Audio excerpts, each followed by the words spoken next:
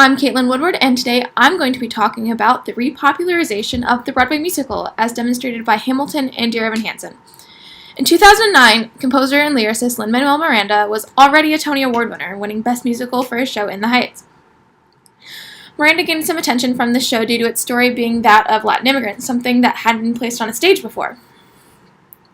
Miranda was invited to the White House Poetry Slam to perform a song from In the Heights. However, Miranda was already working on a mixtape of songs about the life of Alexander Hamilton, a subject he'd grown interested in after reading the Ron Chernow biography on a vacation.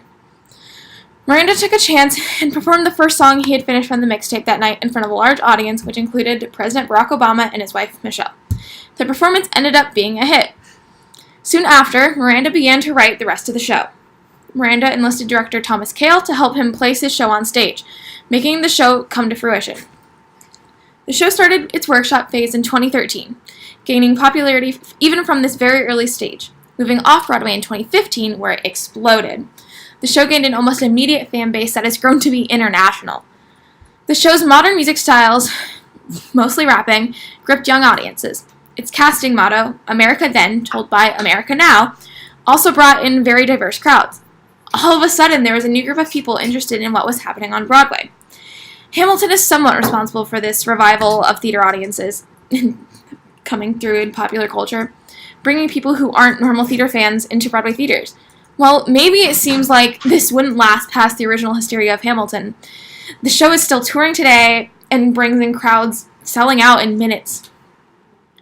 The next year, another show opened on Broadway that kept popular culture on Broadway. Composers Pasek and Paul, who are already famous composers, composing for shows such as Smash and shows like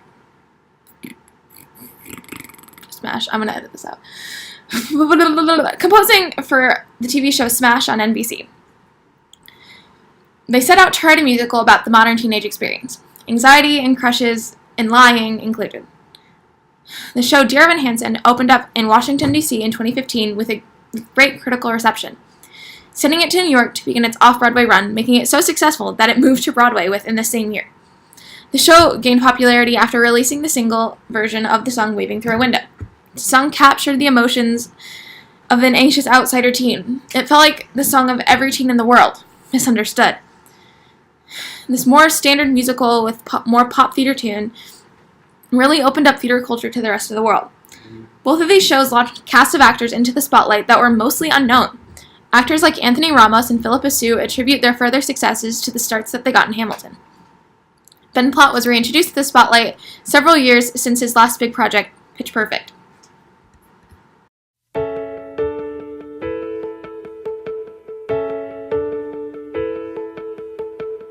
I've learned to slam on the brake before I even turn the key, before I make the mistake, before I lead with the worst of me. Give them no reason to stare, no slipping up if you slip away. So I got nothing to share, no, I got nothing to say. Step out of the sun if you keep getting burned. Step out of the sun because you've learned, On the outside, always looking in, will I ever be more than I've always been? Cause I'm tapping on the glass, waving through a window. I try to speak but nobody can hear, so I wait around for an answer to appear while I'm watching people pass. I'm waving through a window. Can anybody see? Is anybody waving back at me?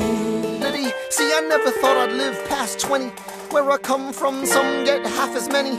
Ask anybody why we live it fast and we laugh, reach for a flash. We have to make this moment last, that's plenty. Scratch that, this is not a moment, it's the movement. Where all the hungriest brothers with something to prove went.